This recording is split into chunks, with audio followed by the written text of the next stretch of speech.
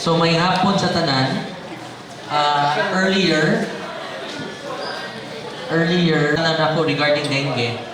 And although tinuod na compared to 2024, January of February data ni Saka, no, compared to 2024. But if you compare it to November and December, if you compare it August, September, October, November, December of last year, mas niubos gali ang atuang cases for dengue.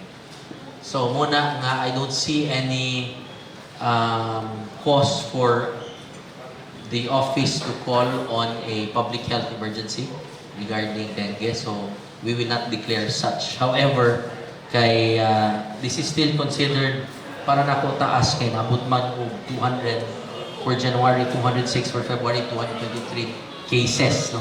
If you compare it to October 971, November 496, December 328, so karon 206, February 223. So it's still high compared to last year. So muna nga we have interventions already regarding dengue. Unya, I will just give you a list. Natagan na of what interventions we have done and what are the actions that we have taken. So please take a look at it lang. Ganina gipangutana sa kainit. There was a question whether or not I will call off classes. Now, my answer is if there is already a recommendation coming from the Department of Education or disaster or the city health department for me to call off class because init kaayo, then that is something that I will consider.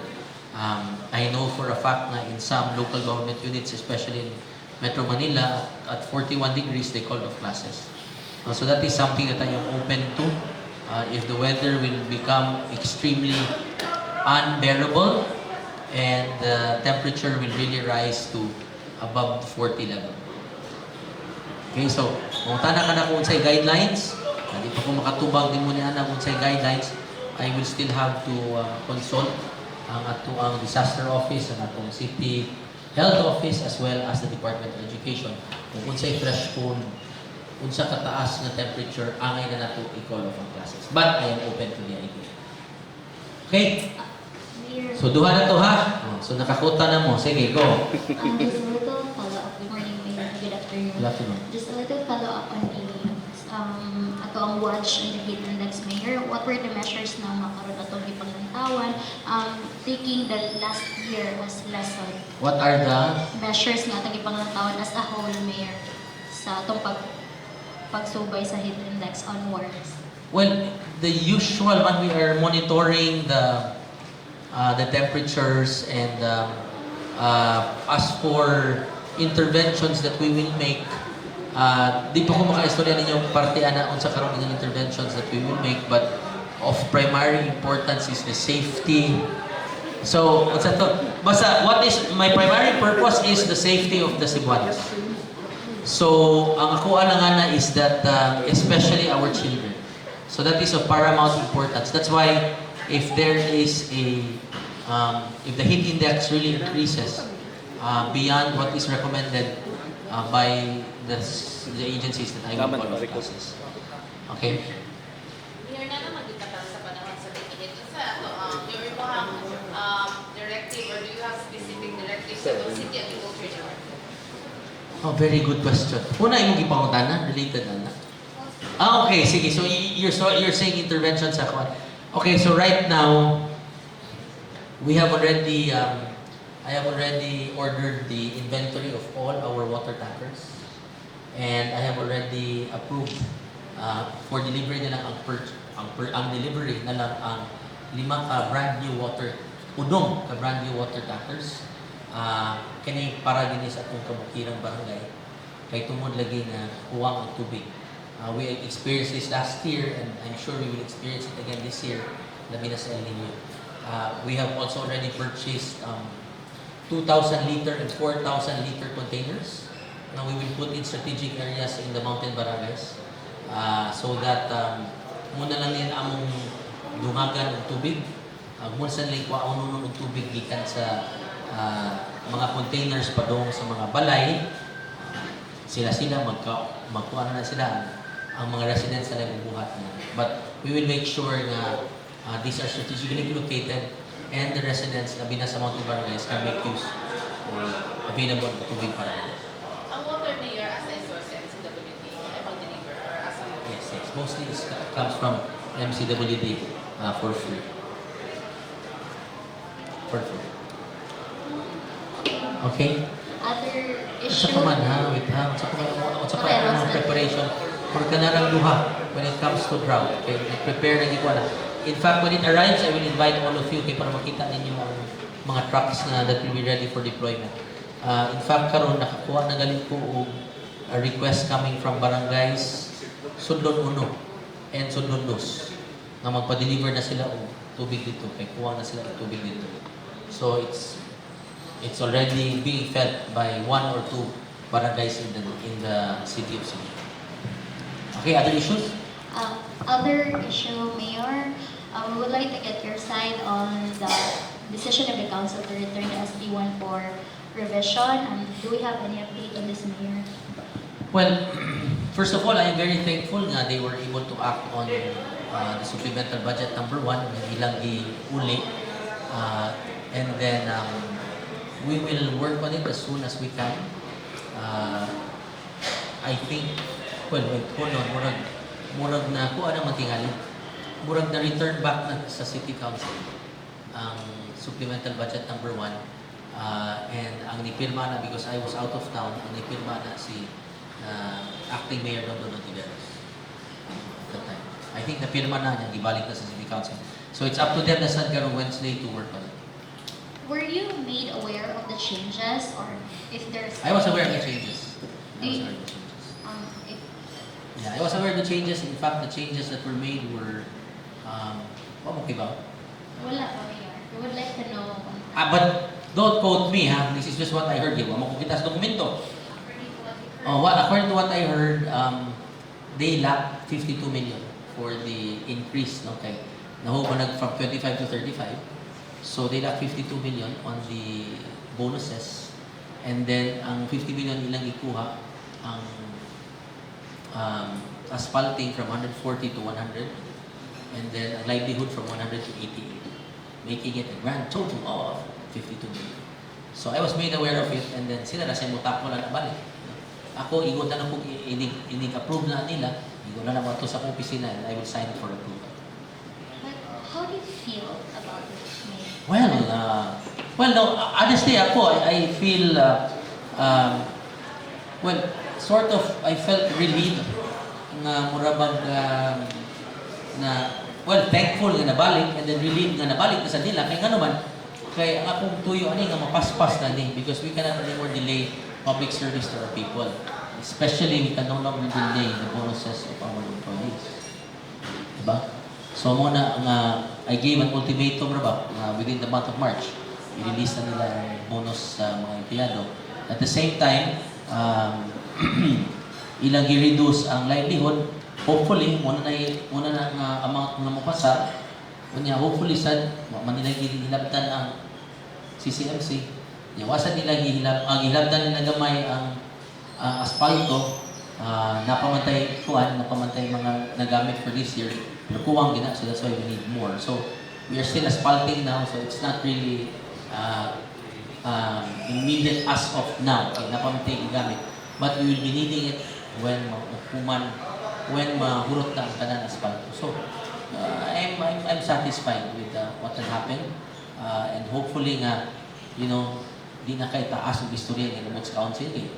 Sila naman sila nag-suggest na in the first place. So hopefully, nikamot dito, smooth sailing na lang, hindi ma-approve na nila ang supplemental budget number 1. Mayor, we would just like to clarify. So basically, Mayor, you trimmed down ang other ng asphalting livelihood just to back the source of fund for the charter bonus. Yes, that's correct. Okay, Mayor. Yeah, but you have to get the information from them, because I was not the one who signed it. It was acting mayor of the Beros at that time. Mayor, si Kuya Earl, are you confident na that this will be finally be approved within the month? Well, yes. But I cannot say that 100% with certainty, but I feel it will be approved considering when, ang say pangalan when they pinned it down, it was with the advice of some other councilors not belonging to my party, and si acting mayor Dodo Rivero signed the proposal. No? So, I'm confident that it will breeze through. Other topic, Mayor. Okay, go. This is regarding sa 93-1 issue, Mayor. So last week, si former Mayor Tomas Osmeña kay nagpa-press con niya usa sa mga hisgutan kay ang kaning issue sa 93, which is iyang Islam ang wala pagtuman sa city government sa katong ilang himo ng deed of donation, which is a land swap deal, which is iya pong giawhag nga ang mga occupants kay mo file of legal action against sa city government kay tungod sa inaction nga sa pag-implement sa land swap deal. Katawanan ngayon ng inaction because the land swap raba happened in 2016 and I happened to be a councilor at the time. We gave authority to Mayor Osmeña to sign the land swap deal.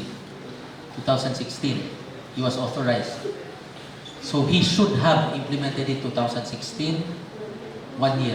2017, second year. Half of 16 naman lang. 2017, 1 year. 2018, another year. 2019, half of the year. He was mayor for 3 years. And he did not implement it. Kataasan ng 3 years. Ako, mayor for 9 months, ako yung implement. Di ba? He had the opportunity, kay at that time, ang gobernador, si Governor Davide. Why did they implement it? Di ba? They had 3 years to do so. They only signed the document and then nothing happened. Only lingingon together, nothing happened. Pag 2020, wala naman, pandemic, so nakalimutan na to, 20, 21, 22,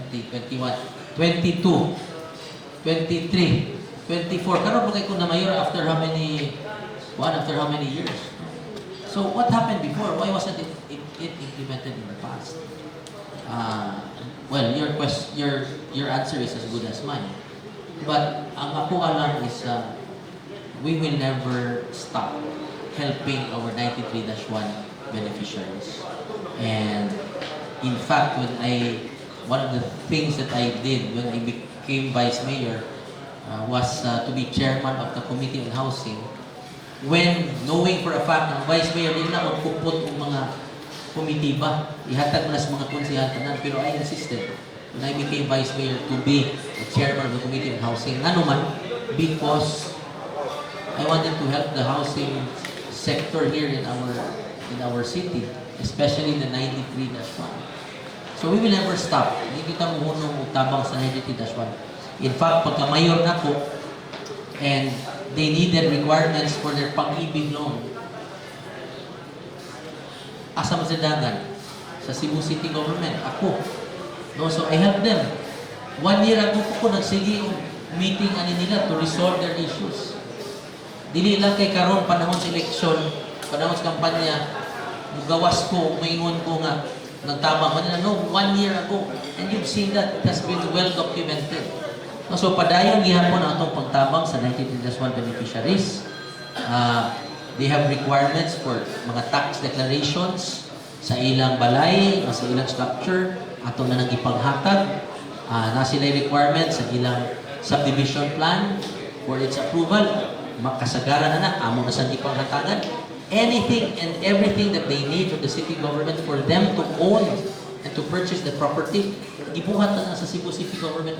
Sa akong side, ano ko'y pagkulang when it comes to panghatag o mga necessary requirements for them to be able to purchase the property.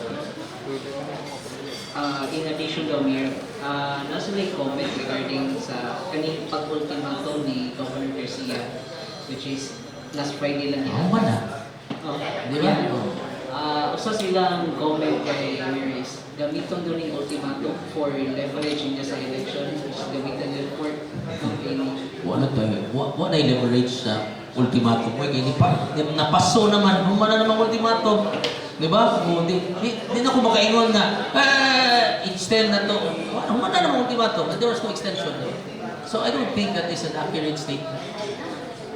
Ang puro-hapot meron ng mga beneficiaries nga wakikapot sa deadline kasi muhangyo sila nito nga ipa-extend ito.